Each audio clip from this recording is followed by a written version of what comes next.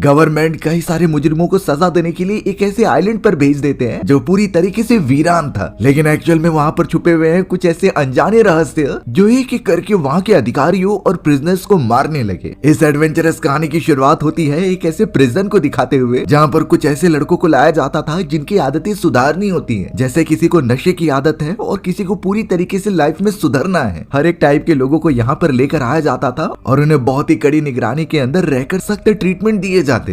अब उन्हीं सभी लोगों में हमें डेविड नाम का एक लड़का दिखाया जाता है जो बाकी लोगों से सबसे छोटा था, लेकिन यही चीजें उसकी मुसीबत का कारण बन गई क्योंकि जो बाकी बदमाश लड़के वहाँ पर मौजूद थे वो डेविड को टॉर्चर किया करते। ऐसा एक भी दिन नहीं था कि वो डेविड को परेशान नहीं करते और उसे मारते नहीं। डेविड भी एकदम से परेशान हो गया था और वो उनसे दूर ही रहता। उसने तो ब्रायन नाम के गार्ड को भी बताने की कोशिश की, लेकिन वो भी बदमाश था और उन लड़कों के साथ ही होता है। इनफैक्ट डेविड तो अब इतना परेशान हो गया था कि वो किसी से बात कर भी नहीं पाता और उसके मन में कई अजीब अजीब ख्याल आने लगते हैं। ये सारी टॉर्चर वाली बातें अभी तक डेविड के पेरेंट्स को पता नहीं चली हैं। उसके फादर तो एक बिजनेसमैन है और वो डेविड की नशे की लत छुड़वाना चाहते थे, इसीलिए यहाँ पर भेजा। पर देखते ही देखते इस खतरनाक एनवायरनमेंट और इन बदमाश लड़कों के परेशान करने की वजह से उसका बिहेवियर एकदम सख्त होने लगता है। उसके अंदर का बच्चा मानो एकदम से मर गया था। अब अगले दिन हमें दिखाया गया कि उसी सेंटर के अंदर कई सारे और लोगों को लाया जा रहा है। उन्हीं में से एक ल्यूक नाम का लड़का भी मौजूद था जो धीरे धीरे सेंटर में इंटर करता है। ल्यूक को तो बाकी बदमाश बच्चे काफी घूर कर देख रहे थे, जैसे वो बाहर से आने वाले किसी को भी अपना दुश्मन समझते हो।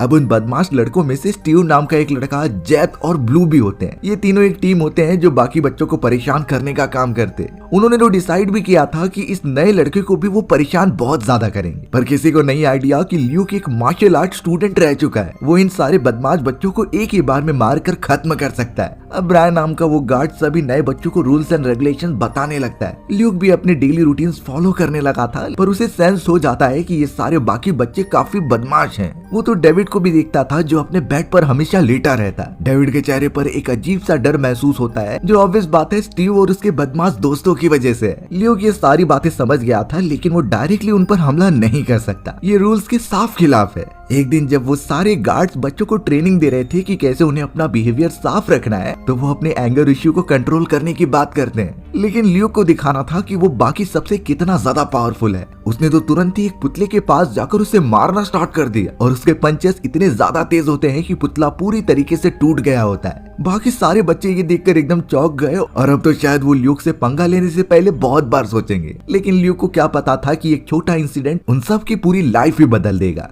थोड़ी देर बाद जब ल्यूक कुछ कपड़े लेने के लिए अलमारी के अंदर जाता है तो वहाँ पर डेविड एक लड़के के साथ छुपा हुआ था। ये इसलिए क्योंकि उन बदमाश लड़कों से डर के मारी यही सेफ जगह मिल रही थी उसे छुपने के लिए। अब ल्यूक डेविड और उस लड़के को उठाता है और कहता है कि तुम अपने प्लेस पर चले जाओ, जब तक वो यहाँ पर है ये सारे बदमाश लोग तुम्हें कुछ नहीं कर सकते। खैर ये सब तो कुछ दिनों तक चलता रहा। एक दिन जब ल्यूक रात के समय उठ रहा था अपने बेड पर से, तो अचानक वो फिसल जाता है। वो ये देखकर एकदम चौंक गया कि जमीन पर पूरा ब्लड गिरा हुआ है और ये किसी और का नहीं बल्कि डेविड नाम के उस लड़के का था। बेचारा डेविड अपने ही बेड पर मरा पड़ा होता है क्योंकि उसने खुद की ही जान ले ली थी। ये ऑब्वियसली इसलिए था क्योंकि वो सह नहीं पा रहा था ये सारी चीजें। बदमाश बच्चों ने उसे इतना ज्यादा टॉर्चर कर दिया था कि वो किसी से शेयर भी नहीं कर पाता अपनी प्रॉब्लम, इसीलिए अंत में इसके अलावा उसे कोई भी डिसीजन सही नहीं लगा। अगली सुबह ये सारी चीजें डेविड के पेरेंट्स को बता दी जाती हैं और चारों तरफ इस बात की अफवाहें फैलने लगी थी। स्टीव और उसके दोस्तों को तो एग्जैक्ट पता था कि उसकी मृत्यु कैसे हुई। इसका पूरा क्रेडिट उन लोगों को जाता है क्योंकि उनके लगातार टॉर्चर की वजह से डेविड को ये कदम उठाना पड़ा।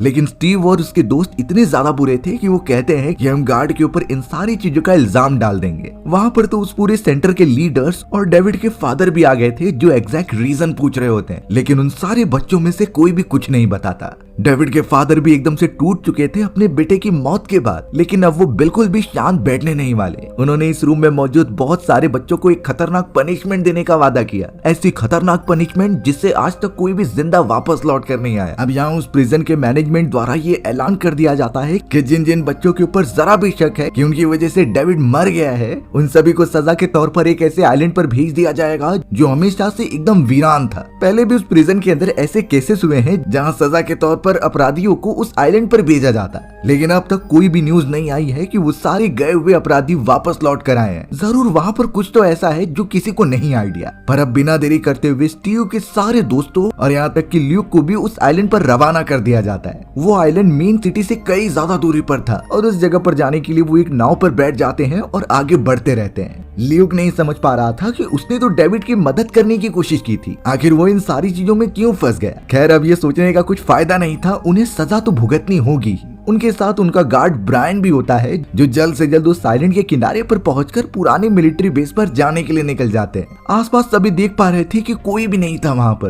पूरा आइलैंड एकदम सुनसान होता है और कोई भी जानवर भी नहीं दिखाई दे रहे थे। ल्यूक भी काफी टेंशन में आ गया, लेकिन अब वो सोचता है कि गार्ड उसके साथ है और प्रिजन की मैनेजमेंट ने कुछ सोच कर ही यहाँ पर उन्हें भेजा होगा। वहाँ पर तो काफी बड़े पेड़ पौधे और अलग अलग टाइप की स्पीशीज की झाड़ियां मौजूद थी। अब जैसे ही वो आगे जा रहे होते हैं तो स्टीव के एक साथी को कुछ आवाज सुनाई दी। ये आवाज फॉरेस्ट के अंदर से आ रही थी, जिसके बारे में वो बताना तो चाहता था, लेकिन सभी लोग आगे निकल जाते हैं तो वो भी भागता हुआ चला गया। अब अचानक ल्यूक को पेड़ के ऊपर लगा हुआ एक अजीब सा लॉकेट मिलता है। ये लॉकेट देखने से पता चल रहा था कि हैंडमेड है, लेकिन ये डिक्टेट क्या करता है ये बिल्कुल आइडिया नहीं। ल्यूक भी अब इन चीजों को छोड़कर बाकी सभी के साथ अपना कैंप बिछाने की सबसे बेस्ट प्लेस ढूंढने लगा। उन्हें यहाँ पर पूरे 1 हफ्ते रहना है और मैनेजमेंट फिर डिसाइड करेगी कि इनका क्या करना होगा। एक जगह बैठने के बाद जेथ को बहुत ही ज्यादा मच्छर काट रहे थे और ये इसकी कंप्लेन स्टीव और उस गार्ड से कर रहा था, लेकिन ब्रायन ने कहा कि अगर हम आग जला लेंगे तो ये मच्छर हमसे दूर हो जाएंगे। फॉरेस्ट वाले इलाके में ऑब्वियसली बड़े मच्छर होते हैं। ब्रायन ने तो ल्यूक को आदेश भी दे दिया कि तुम पानी भर कर लेकर आ जाओ पास ही वाले तालाब से। ल्यूक धीरे धीरे अब तुरंत ही चला जाता है उस जगह पर पानी भरने के लिए, लेकिन रास्ते में फिर उसे एक ऐसी डॉल दिखाई दी जो हैंडमेड थी। आखिर ऐसे तरीके के स्ट्रक्चर्स जो कि इंसानों द्वारा बनाए गए हैं वो आखिरकार इस आइलैंड पर क्या कर रहे हैं, जबकि उन्हें बताया गया था कि इस जगह पर कोई रहता भी नहीं। ल्यूक ने जब पूरा पानी भर लिया था और वो वहाँ से निकलने की तैयारी करता है, तभी अचानक हमें दिखाई दिया कि उसके सर पर किसी ने हमला कर दिया है। ल्यूक बेचारा वहीं पर बेहोश हो गया।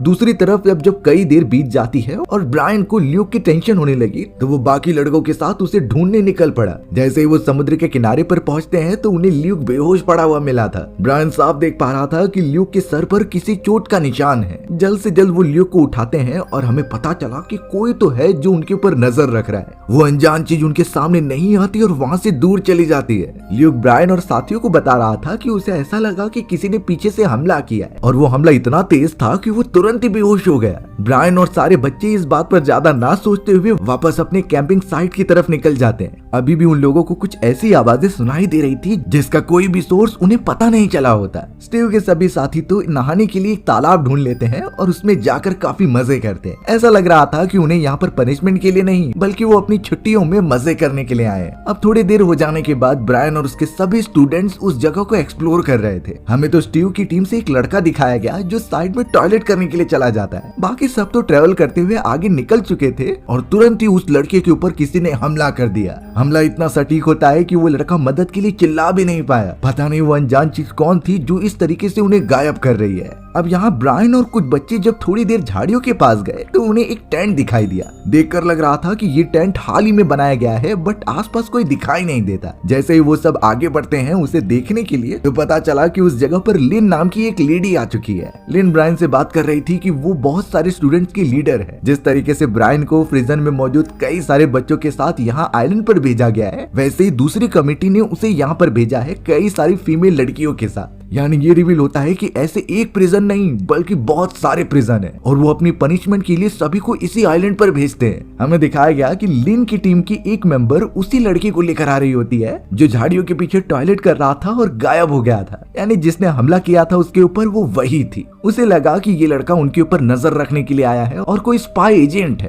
पर जैसे वो उस जगह पर लेकर आती है तो उनकी गलतफहमी दूर हो गई। लिन की टीम में और भी सारी कई जवान लड़कियां मौजूद थी, इसीलिए अब वो ब्रायन और उसकी टीम को कह देते हैं कि तुम सब यहाँ से निकल जाओ। सिंपली वो उनकी टीम से दूरी बनाए रखने के लिए कह रही थी। ब्रायन इन चीजों को समझकर अपने सभी स्टूडेंट्स को लेकर वहाँ से निकल जाता है। उन लोगों ने जल्द से जल्द एक स्पॉट चूज किया और वहीं पर अपना टेंट लगाने लगे। ब्रायन ने तो हर एक स्टूडेंट्स को अपने काम बता दिए थे और वो उसी हिसाब से अपने काम को फुलफिल करेंगे। ये बात साफ दिखाई दे रही थी कि वो अपने साथ कुछ ज्यादा रिसोर्सेस नहीं लेकर आए, यानी जब तक वो यहाँ पर है उन्हें सर्वाइव करने के लिए नेचर के ऊपर डिपेंड रहना होगा। तो अब ब्रायन के प्लान के हिसाब से उन्हें अलग अलग अलग जगहों पर जाकर रिसोर्सेज ढूंढने होंगे। सबसे पहले उसने पूरे बच्चों को 3 ग्रुप में डिवाइड कर दिया। पहला ग्रुप ल्यूक और माइक का होता है जो कि रिसोर्सेज जाकर ढूंढेंगे। दूसरा स्टीव और लुइस का जो कि एक अच्छा प्लेस ढूंढेंगे ताकि उन्हें माइग्रेट होने में टाइम ना लगे। और तीसरा होता है जेथ और ब्लू का, जिनका काम होगा कि अलग अलग टाइप की स्पीसीज का पता करना। सब निकल पड़ते हैं अपना अपना काम करने के लिए। अब रास्ते में जेथ और ब्लू सोचते हैं कि वो अपना काम करने के बजाय नदी के पार जाएंगे ताकि वो उन लड़कियों से बात करके अपना काम बना सके। दोनों ही लड़कियों से काफी ऑब्सेस्ड थे, इसीलिए वो निकल पड़ते हैं। ल्यूक भी जब यहाँ पर माइक के साथ आगे बढ़ रहा था तो उसे उसकी कंपनी बिल्कुल अच्छी नहीं लगती,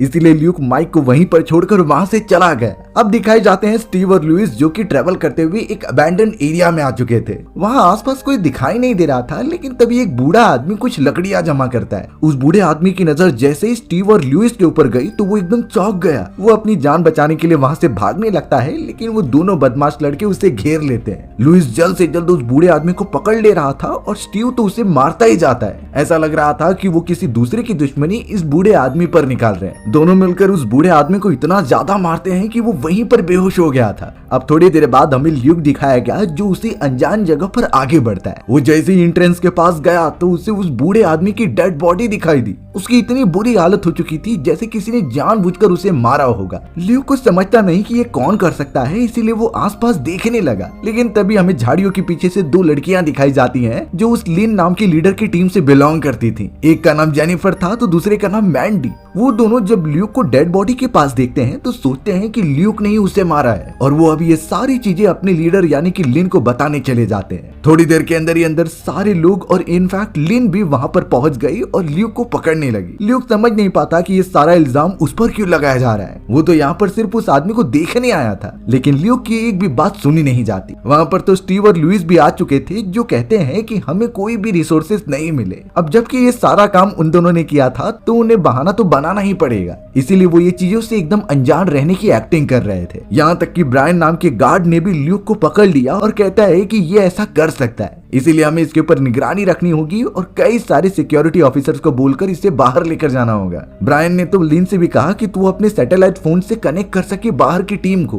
पर लिन कहती है कि उसका सैटेलाइट फोन कहीं गायब हो चुका है, एक दिन से वो बिल्कुल भी मिल नहीं रहा। तब जाकर ब्रायन ने सोचा कि वो अपने सैटेलाइट फोन से जाकर कांटेक्ट करेगा। जल्द से जल्द वो पहुंच जाते हैं अपने कैंप के पास और ब्रायन उस फोन को ढूंढने लगा, पर चौंकाने वाली बात थी कि वो फोन भी उसका गायब हो चुका था। ब्रायन काफी टेंशन में अब हर एक मेंबर से पूछता है कि ये किसी टाइप का प्रैंक तो नहीं है ना। उसने सबसे बदमाश बच्चे स्टीव से भी पूछा, लेकिन स्टीव गुस्से में कहने लगता है कि मुझ पर इल्जाम मत लगाओ, मैं इन चीजों के बारे में कुछ नहीं जानता। जब स्टीव का बिहेवियर काफी एग्रेसिव हो गया तब लिन उसे संभालती है। लिन को तो अब स्टीव के ऊपर शक हो चुका था और वो उसे पकड़ भी लेती है, पर फिलहाल के लिए कोई सबूत ना होने के कारण वो ल्यूक को भी नहीं छोड़ सकती थी। ल्यूक जो कि एकदम टेंशन में बैठा हुआ होता है, उसे कुछ समझ नहीं रहा था और देखकर ऐसा लगता है कि लिन को भी पता है कि ल्यूक इन सारे मर्डर का जिम्मेदार नहीं है। अब प्रॉब्लम की बात ये थी कि विदाउट सैटेलाइट फोन से वो बाहर की कम्युनिटी से कनेक्ट नहीं कर सकते, तो उन्हें कुछ वे ढूंढना होगा यहाँ से निकलने का। लिन तो अब ब्रायन से ल्यूक के बारे में पूछने लगी कि वो क्या करता था और उसने क्या जुर्म किया जिससे कि वो इस जगह पर आ गया। बहुत सारी बातें करने के बाद अब डिसाइड कर लिया जाता है कि उन लड़कियों और लड़कों की टीम एक साथ स्टे करेंगे। सभी कैंपिंग की जोरों शोरों से तैयारियां करने लगे और सारे रिसोर्सेज जमा करते हैं। अब जैसे जैसे रात का समय हो रहा था तभी अचानक हमें जेनिफर और लुइस दिखाए जाते हैं जो कि आपस में मिलकर काफी अच्छा प्राइवेट मोमेंट शेयर कर रहे थे। वो दोनों तो इतना मग्न हो गए होते हैं कि उन्हें कुछ पता ही नहीं चलता। अचानक झाड़ियों के पीछे से कुछ आवाज आती है। जेनिफर उसे एक मोमेंट पर देख तो रही थी, लेकिन फिर अपने काम में बिजी हो गई लुइस के साथ। हमें थोड़ी ही दूरी पर पेड़ के पीछे स्टीव दिखाया जाता है जो उनके इतने सारे अच्छे मोमेंट को अपने आंखों से देख रहा था और उसका चेहरा एकदम अजीब सा बन गया होता है। शायद ये सारी चीजें एक्सपीरियंस करके स्टीव को मजा आ रहा है। सुबह होने पर अब सभी अपने काम पर लग जाते हैं। ब्रायन ने जिस हिसाब से अपनी टीम को डिवाइड किया गया था वो अलग अलग होकर रिसोर्सेज जमा करते। हमें तो अब जेथ दिखाया गया जो अपने पार्टनर ब्लू को साइड में रहने के लिए बोलकर पानी भरने के लिए चला गया। वो जैसे ही किनारे के पास पहुंचता है तभी दूसरी तरफ से उसे कुछ आवाज आई। ये आवाज किसी के गुर्राने की थी और जैसे उसने सामने देखा वो उसके ऊपर झपट्टा मार देता है। ये इतना जल्दी हुआ कि वो चिल्ला भी नहीं पाया और वो तुरंत ही मर जाता है। कई देर तक वापस ना आने के कारण ब्रायन ने ब्लू को कहा क्योंकि जेथ उसका पार्टनर है और उसकी जिम्मेदारी बनती है कि वो उसके साथ रहे, इसीलिए सबसे पहले उसने ब्लू और एक लड़के को भेज दिया ताकि वो जेथ को जाकर ढूंढ कर लेकर आए। वो दोनों जैसे ही किनारे पर पहुंचकर आसपास देखने लगते हैं तभी पानी के अंदर किसी की कटी हुई बॉडी दिखाई दी। ये चीजें इतनी खौफनाक थी कि वो देख नहीं पाते और भागते हुए अपनी टीम के पास आ जाते हैं। वो साफ कहने लगे कि हमारी टीम में से कोई मेंबर वहां मरा पड़ा हुआ है। दोनों ही टीम के लीडर्स यानी कि ब्रायन और लिन इस बात को सीरियस लेते हैं और ट्राई करते हैं कि कुछ एक्शन लिया जाए, पर तभी कुछ नुकीले तीर आकर सीधा ब्रायन की बॉडी में घुस जाते हैं। ब्रायन बेचारा पेड़ के पास आकर गिर गया था। एक के बाद एक उसके बॉडी में तीर लगते जाते, लेकिन किसी को अंदाजा नहीं कि यह हमला कौन कर रहा है। सभी एकदम डर के मारे दूर भागने लगे, लेकिन लिन और ल्यूक ब्रायन के पास ही रुकते हैं उसकी मदद करने के लिए। हमें सुनाई दिया कि फॉरेस्ट के अंदर से कोई तो विसल बजा रहा है। उसी विसल को सुनकर कई सारे जंगली कुत्ते भागने लगे थे। एक्चुअली वो संकेत था उन कुत्तों के लिए ताकि वो बाकी सब पर हमला करके उन्हें पकड़ लें। ब्रायन को निकालना मुश्किल होता है, इसीलिए उसने बाकियों को यहाँ से भागने के लिए कह दिया। जंगली कुत्ते उनके काफी पास पहुंच चुके थे, इसीलिए ल्यूक और लिन वहां से निकल जाते हैं। सभी वहां से दूर तो चले गए, लेकिन ब्रायन अब फंस जाता है। उसकी बॉडी पर इतने तीर के निशान थे कि वो हिल भी नहीं सकता और अब वो सारे जंगली कुत्ते उसके सामने बैठ जाते हैं। एक विसल की आवाज और आई और वो सब तुरंत अटैक करने लगे ब्रायन के ऊपर। उन सभी का हमला इतना खतरनाक होता है कि कुछ ही देर के अंदर ब्रायन की मृत्यु हो गई। अब बारी थी बाकी लोगों की जो लगातार भाग रहे होते हैं। कुछ देर में ल्यूक तो वहां से साइड में चला गया, लेकिन वो जंगली कुत्ते जिनकी स्पीड बहुत ज्यादा थी वो लिन के पास पहुंच जाते हैं। लिन जहाँ तक पहुंची थी वहाँ रास्ता एंड होता है, वहीं से ठीक नीचे बड़े बड़े चट्टाने हैं। वो सारे जंगली कुत्ते अब झपट्टा मार देते हैं लिन के ऊपर, जो इतनी ऊंचाई से नीचे गिरकर मर गई। बेचारा ल्यूक ये सारी चीजें अपनी आंखों से देख पा रहा था, लेकिन इसमें अब वो कुछ कर नहीं सकता। सीधा वो बिना कुछ आवाज किए अपने बाकी मेंबर्स के पास लौट गया। लेडीज पूछ रही थी अपने लीडर लिन के बारे में, लेकिन ल्यूक बैड न्यूज देता है कि वो अब मर चुकी है। वो इस बात के बारे में भी इन्फॉर्म करता है कि कुछ जंगली जानवर और ऐसे लोग हैं जो उन्हें कंट्रोल करते हैं, वो सब हमें बुरी तरीके से मारना चाहते हैं, तो अब इस जगह से निकलना ही सबसे बेस्ट ऑप्शन होगा। ल्यूक तो अपनी सारी तैयारियां करने लगा था जो इस कंडीशन में मैंडेटरी होती है। चौंकाने वाली बात ये थी कि थोड़ा सा वो जब आगे बढ़े तो उन्हें जेथ की बॉडी दिखाई देती है, जो पेड़ से पूरा नुकीले तारों से बांध दी गई थी। उसके ऊपर तो डी लेटर का लेबल लिखा हुआ होता है, जो ऑब्वियसली किसी चीज को डिक्टेट करता था। और ऑब्वियस बात है कि ये किसी जानवरों का काम तो नहीं हो सकता, इसमें कोई इंसान या फिर कुछ ऐसे एंटिटीज हैं जिनके पास थिंकिंग पावर काफी ज्यादा है।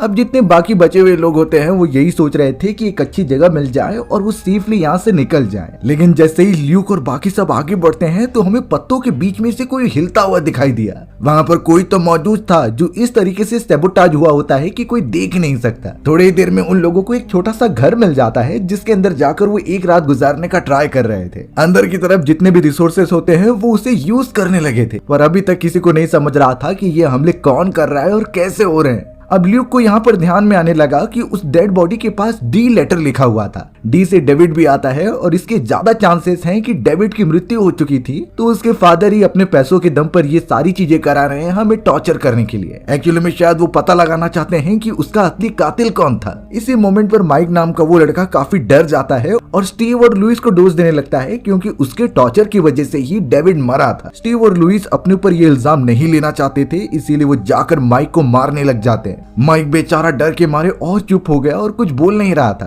पर तभी ल्यूक चाकू लेकर उनके सामने आ जाता है। वो तो सबसे पहले स्टीव और लुइस को दूर कर रहा था और माइक को कहता है कि तुम सच बताओ, आखिर डेविड के साथ क्या हुआ था और इसमें स्टीव और उसके फ्रेंड्स का हाथ है कि नहीं। और माइक ने भी साफ कहा था कि डेविड को शुरुआत से ही टॉर्चर किया जाता है। स्टीव और लुइस उसमें मेन शामिल होते हैं जो हर दिन उसे परेशान करते, लेकिन उस समय डेविड को एक और बात परेशान करती कि वो अपने पेरेंट्स से दूर नहीं रह सकता था। उसके स्ट्रिक्ट फादर ने उसे यहाँ पर भेज दिया, जिसका सदमा उसे बहुत तेज लगा था, तो इसीलिए बोल नहीं सकते कि इन चीजों का जिम्मेदार एक्चुअल में कौन है। सारी लड़कियां इसे सुन रही थी और शायद वो समझ गई होती हैं कि स्टीव और उसके दोस्त इसमें भागीदार हैं, पर जो भी उन्हें सजा देने वाला है वो किसी को भी नहीं छोड़ेगा। थोड़ी देर में हमें जेनिफर दिखाई जाती है जो बाहर टॉयलेट करने के लिए गई। अचानक उसके सामने ब्लू नाम का वही लड़का आ जाता है जो कि जबरदस्ती करने लगा था। जेनिफर वहाँ से जाना चाहती थी, पर ब्लू उसे नीचे गिराकर काफी गलत हरकतें भी करने लगा। वो चिल्लाती रह गई, लेकिन ब्लू रुकता नहीं। तभी अचानक उस जगह पर लुइस आ गया जो कि ब्लू को मारने लगा होता है। लुइस और जेनिफर एक दूसरे को पसंद करते थे और इस तरीके से उसके साथ गलत बिहेवियर देखकर लुइस शांत कैसे बैठ सकता है। उसके और ब्लू के बीच में काफी झगड़े हुए और अब आवाज सुनकर सभी इकट्ठा हो जाते हैं।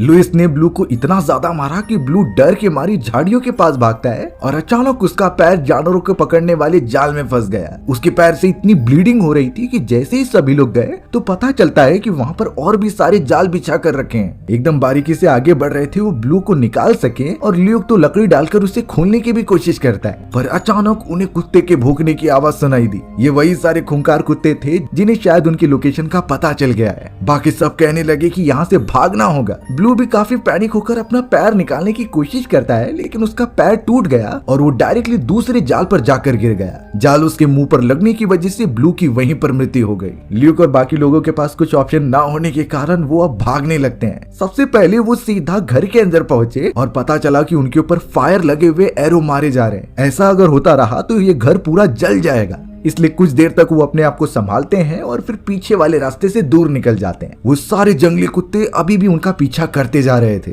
लेकिन ल्यूक और उसके दोस्तों को समझ में आ रहा था कि अगर वो रुक गए तो ये सब उसे मार देंगे। कई घंटों तक वो लगातार फॉरेस्ट वाले इलाके से निकलकर एक खुले इलाके में पहुंच जाते हैं। उन्हें तो लकीली रास्ते में उनकी लीडर यानी कि लिन मिल गई, जो अभी भी जिंदा थी। उसके पूरे बॉडी पर काटे जाने के निशान थे, लेकिन वो उन्हें गाइड करती है कि तुम्हें निकलना होगा। बीच के पास एक बोट मौजूद है जिससे तुम यहाँ से दूर जा सकते हो। वो उन्हें डायरेक्शन भी बताती है, तो वो निकल पड़ते हैं उसी जगह पर। अचानक लिन जहाँ पर घायल पड़ी हुई थी उसके ठीक पीछे से कोई तो मूवमेंट होता है और वो सीधा उसके गले पर आकर काटने लगा। बेचारी लिन तड़प तड़प कर वहीं मर गई। यानी जो अनजान चीज है वो बाकी लोगों की तरफ भी जल्द से जल्द बढ़ रही है। बीच के किनारे पहुंचने के बाद ल्यूक और उसकी टीम तुरंत ही उस बोट को ढूंढने लगी थी। अभी तक उन्हें कुछ मिला नहीं होता, लेकिन अचानक स्टीव और लुइस को कुछ दिखाई देता है। वो जैसे ही किनारे पर पहुंचे तो वहाँ पर बोट पड़ी हुई थी, पर उन्होंने डिसाइड किया कि वो बाकियों को इस बारे में नहीं बताएंगे। वो तो अब पानी में लेकर जाने लगे, पर अच्छी बात हुई कि ल्यूक और बाकियों की उसके ऊपर नजर पड़ गई। ल्यूक, जेनिफर और मैंडी भागते हुए उनके पास आ रहे थे, पर स्टीव नोटिस करता है कि बोट की फ्यूल वाली वायर कटी हुई है और पूरा फ्यूल बोट में भरा हुआ है। जैसे उनकी नजर पहाड़ की ऊंचाई पर गई तो वहाँ कोई खड़ा हुआ था। उसने जलती हुई एरो उनके ऊपर मार दी और बोट पूरा जलने लगा। स्टीव और लुइस का पैर तो इसी वजह से डैमेज हो चुका था। इतना ही नहीं, अब तो कई सारे कुत्ते भी नीचे उतरकर उनका पीछा करने लगे थे। स्टीव और लुइस तो जान बचाकर पथरीले वाले इलाके पर चले गए और वहीं बाकी सब जल्द से जल्द पानी के अंदर चले जाते हैं। अब ऊपर की तरफ माइक होता है तो स्टीव और लुइस भी उसके पास भागने लगे। कुत्ते भी अभी उनका पीछा कर रहे थे, तो वो ट्रेवल करते हुए एक गुफा में पहुंच जाते हैं। शायद इस जगह पर वो सुरक्षित रहे। माइक भी जब अंदर घुसने की कोशिश करता है तो स्टीव उसे पकड़ ले रहा था, क्योंकि सभी कुत्ते आकर सबसे पहले माइक को ही काटेंगे। लेकिन पता नहीं एक सीटी मारने पर वो कुत्ते माइक को काटना छोड़कर वापस आ गए।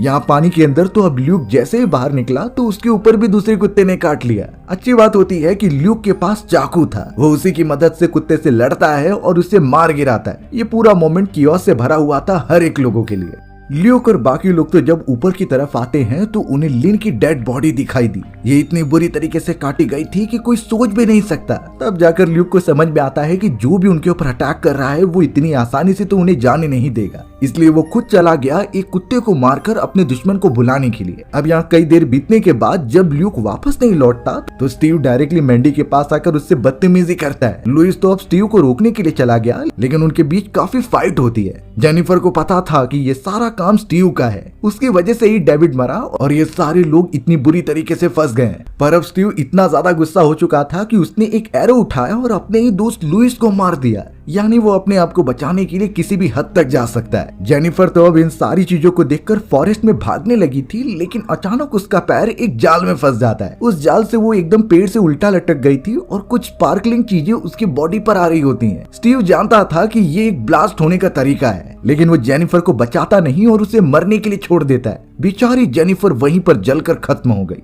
ल्यूक भी अब धीरे धीरे आगे बढ़ते हुए एक बोट के पास आया और उसे पता चल चुका था कि ये दुश्मन की बोट है। उसमें जाकर सबसे पहले वो एक्स उठा लेता है ताकि वो प्रोटेक्शन करे। अगर वो चाहता तो बोट पकड़कर यहाँ से निकल सकता था, लेकिन वो डिसाइड करता है कि वो सबसे पहले दुश्मन को देखेगा।